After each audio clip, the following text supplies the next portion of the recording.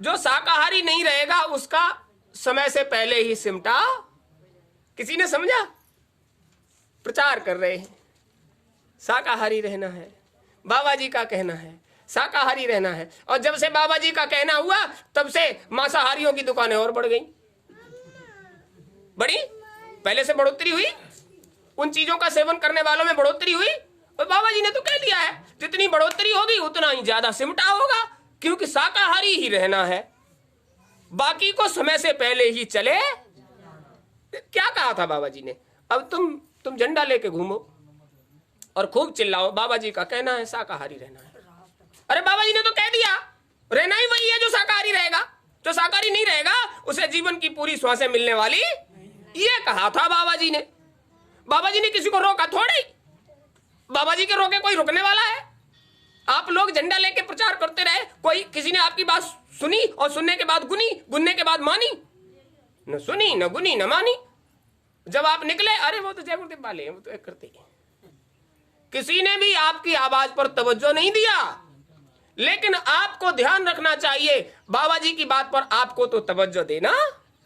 तुमने उनको अपना लिया तो उनकी बात पर तवज्जो दीजिए। ये बात कभी आज से पहले समझ में आई कि बाबा जी ने कहा था शाकाहारी रहना है, बाकी को समय से पहले ही सिमट?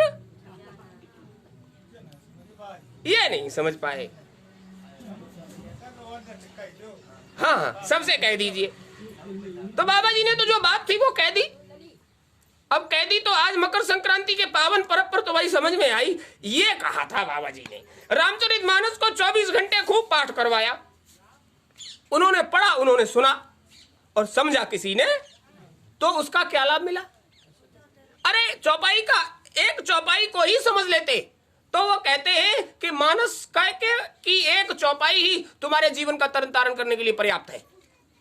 पूरा ग्रंथ समझ में आ जाए तो कहने ही क्या, वो एक ही चौपाई, गुरु बिन भवनिधि तरह न कोई, जाओ बिरंच शंकर सम।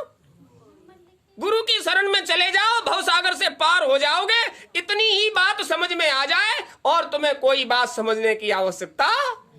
एक चौपाई ही नहीं समझ पाए और पूरे मानस का 24 घंटे माइक लगा के चिल्ला चिल्ला के पाठ करवाया। न पढ़ने वाले की समझ में आया, न सुनने वाले की समझ में आया, तो उसका लाभ क्या मिलेगा? लाभ तो तब मिलेगा जब समझ में आए और उसको आचरण में व्यवहार में लाओ। तो ना आचरण व्यवहार में लाए, न कुछ समझ में आया। तो खूब समझ लीजिए, बाबा जी का जो कहना था वो तो उन्होंने कह दिया। अब जिसके कान में आवाज जाए उसको बात बताओ। बाबा जी ने ये कहा था, तुम जानो और तुम्हारा काम जाने। जीवन की श्वासें तो वही पूरी कर पाएगा जो जीवन में शाकाहार अपनाएगा। जो शाकाहार नहीं अपनाएगा उसे जीवन की संपूर्ण श्वासों को भोगने का समय क्यों नहीं मिलेगा? ये आप सवाल कर सकते हो। क्यों नहीं मिलेगा भाई? वो शरीर लेकर आया है, उसको संपूर्ण जीवन भोगने का समय क्यों नहीं मिलेगा? उसका एक कारण है, जो प्रारब्ध बन गया है आपके भोग में, वो प्रारब्ध आपको भोगना ही पड़ेगा। पक्षी के शरीर में है उसका पक्षी का प्रारब्ध, जल का जीव है उसका जल का प्रारब्ध, थल का जीव है उसका थल का प्रारब्ध। कोई पक्षी है, कोई जानवर है, जो भी है उसका अपना प्रारब्ध है। वो उस शरीर में अपना प्रारब्ध भोगने आया और आपने पहले ही उसके शरीर का पिंजरा तोड़ दिया, तो उसका जीवात्मा कहां जाए? अरे अपनी मर्जी से थोड़ा ही छोड़ा, तुमने जबरदस्ती छोड़ा दिया, तो उसका प्रारब्ध जितना बाकी बचा वो तुम्हारे खोपड़ी पे सवार हो गया। अरे वो तो अपना भोग रहा था और तुमने उसे भोगने नहीं दिया, जबरदस्ती उसका पिंजरा तोड़वा दिया।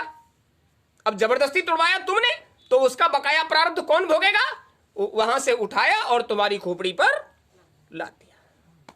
तुम स्वाद लेते रहे और प्रारब्ध का कर्जा तुम्हारे ऊपर चढ़ता रहा। और जब ये देखा कि इस शरीर से तो ये भोग ही नहीं सकता, तो पहले इसका ये जामा तोड़वाओ और जिसका प्रारब्ध इसकी खोपड़ी पर सवार है उसको भुगवाओ।